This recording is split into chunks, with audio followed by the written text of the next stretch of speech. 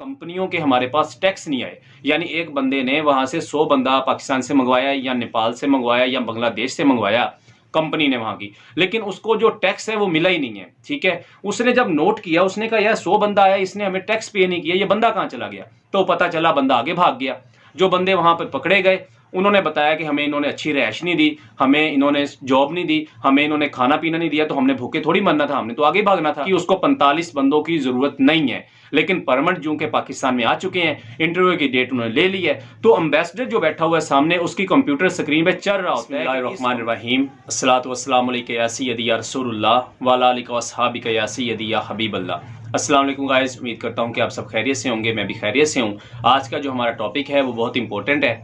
बहुत सारे भाई पूछ रहे थे, बहुत बार भाइयों ने मैसेज किए, व्हाट्सएप ग्रुप में भी, इंस्टाग्राम पे भी किए और मेरे कमेंट सेक्शन में भी किए कि भाई इतने जो वीज़े रिजेक्ट हो रहे हैं इनकी कोई वजह भी तो होगी ना। इस तरह तो नहीं है कि मुंह उठा के वो वीज़ा रिजेक्ट कर रहा है, कोई इसकी स्पेसिफिक रीज़न भी होगी। थोड़ी सी मैंने रीज़न बताई थी इंटरव्यू के हवाले से, जो मेरी पिछली वीडियो जिन्होंने नहीं देखी जाके देख सकते हैं। फिर मैंने कहा यार इस पे जो अथेंटिक जो है ना वो मुझे रिसर्च करनी चाहिए कि क्या वजह है जो रोमानिया एम्बेसी इतने सारे वीज़े रिजेक्ट कर रही है।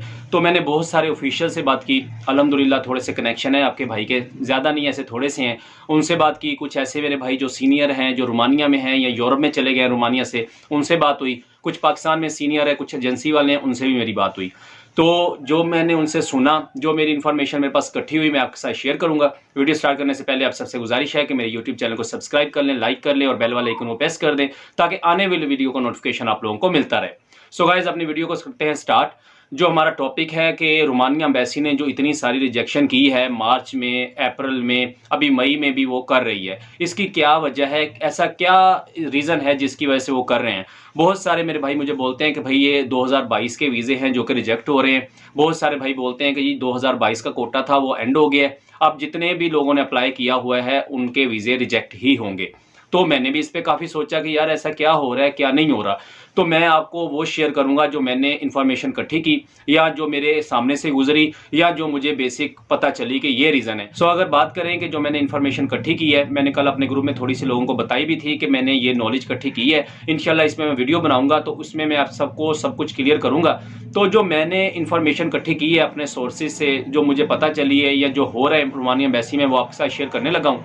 भाई बात ऐसे है कि जो 2022 में लोगों ने अप्लाई किया हुआ था उस टाइम वीज़े ऐसे बंदे जिनको ABCD भी नहीं ना आती थी, यानी बिल्कुल जिनको इंग्लिश नहीं आती थी, उनके वीज़े भी लगे हैं। हमने इन अपनी आंखों से देखे हैं। बहुत सारे भाई मेरी इस बात से एग्री भी होंगे कि जिनको बिल्कुल भी कुछ नहीं आता था 2022 में, 2021 में, 2020 में उनको वीज़े रोमानिया ने दिए। लेकिन 2023 में ऐसा क्या हुआ है कि एकदम से उन्होंने जो वीज़े देना बंद कर दिए। तो बहुत सारे भाइयों ने इस पे वीडियो बनाई है, तो मैंने सोचा मैं भी इस पे अपनी राय का इजहार करता हूं। तो मैंने जो नोट किया वो ये किया है कि भाई एक तो पाकिस्तानी जो कि यहाँ से रोमानिया गए वहाँ जाके आगे भाग गए, मेन रीज़न तो वो बनी है जो वीज़ा रिजेक्ट हो रहा है। और इसका थोड़ा सा फ़ायदा भी हुआ है और थोड़ा सा नुकसान भी हुआ है। अगर मैं आपको फ़ायदा बताऊं कि 2023 में अगर वर्क परमिट जो भी अब आएगा इंशाअल्लाह ताला वो अथेंटिक कंपनी से आएगा, वो टैक्स पेयर कंपनी होगी और वहाँ पे वो लीगल कंपनी होगी, यानी फर्जी कंपनी का परमिट 2023 में इंशाअल्लाह ताला नहीं आएगा। वो जो इमिग्रेशन है प्रॉपर उसकी तस्दीक करने के बाद ही वर्क परमिट जारी करेगी। यही वजह है कि जो वर्क परमिट रोमानिया एम्बेसी से पहले धड़ाधड़ आते थे अब वो स्लो हो गए हैं, बहुत कम आ रहे हैं, ना होने के बराबर आ रहे हैं। उसकी रीज़न भी यही है कि उन्होंने अब इमिग्रेशन में सख्ती कर दी है। अगर हम इसके फ़ायदे की बात करें तो फ़ायदा ये हो रहा है, ये सब भाइयों को फ़ायदा हुआ है, इंडियन को भी, बंगालियों को भी, नेपालियों को भी और बांग्लादेश भाइयों को भी, या ओवर ऑल द वर्ल्ड जितने भाई भी वहाँ पे अप्लाई करते हैं सबका ही फ़ायदा हुआ है। फ़ायदा ये हुआ है कि पहले कोई भी मुंह उठा के वहाँ पे अपनी कंपनी रजिस्टर करता था और उसको बंदे की रिक्वायर भी नहीं होती थी और 200 परमिट वो अपनी कंपनी के निकाल देता था। जब बंदे वहाँ पहुँचते थे वहाँ पे ना रहायश होती थी, ना आगे वाला बंदा होता था, कुछ रिपोर्ट हो जाते थे, कुछ आगे भाग जाते थे। ये जो लोग भागे हैं उनमें कसूर सिर्फ उनका नहीं है, ये जो फर्जी कंपनियां वहाँ पे बनी हुई थी उनका कसूर भी है। लेकिन उसका फ़ायदा अब ये होगा कि जितने भी 2023 में वर्क परमिट आएंगे वो तो अथेंटिक होंगे और उन पे वीज़ा रिजेक्शन रेशो भी बहुत कम होगा। ठीक है, 70% जो आपका मसला था वो हल हो गया है, सिर्फ 30% रह गया। वो ये कि आपका इंग्लिश लेवल, यानी कि आप कितना एम्बेसडर को सेटिस्फाई करते हो, उस पे आपका 30% इन्हिसार करेगा। यानी कंपनी आपकी इंशाल्लाह वहां से अब जो परमिट आएगा ठीक होगी, सिर्फ आपको इंटरव्यू की अच्छी तैयारी करनी होगी और थोड़ा सा आपको अच्छा लक चाहिए होगा रोमानिया वीज़ा लेने के लिए। और इसका जो हमें नुकसान है वो नुकसान ये हुआ कि पहले जिस तरह धड़ाधड़ हर बंदे के पास, मेरे पास, आपके पास, इसके पास, उसके पास परमिट की ढेर लगे होते थे, अब वो परमिट उस तरह नहीं आएंगे। ये नुकसान ज़रूर है कि टाइम टेक होगा थोड़ा ज़्यादा, लेकिन वर्क परमिट आएंगे। ठीक है, तो मैं रिजेक्शन की बात करूं अगर, तो भाई ऐसा हुआ कि 2023 में कि जो बंदे वहां से भाग गए तो उन्होंने देखा कि कंपनियों के हमारे पास टैक्स नहीं आए। यानी एक बंदे ने वहां से 100 बंदा पाकिस्तान से मंगवाया या नेपाल से मंगवाया या बांग्लादेश से मंगवाया कंपनी ने वहां की, लेकिन उसको जो टैक्स है वो मिला ही नहीं है। ठीक है, उसने जब नोट किया, उसने कहा यार 100 बंदा आया, इसने हमें टैक्स पे नहीं किया, ये बंदा कहां चला गया? तो पता चला बंदा आगे भाग गया।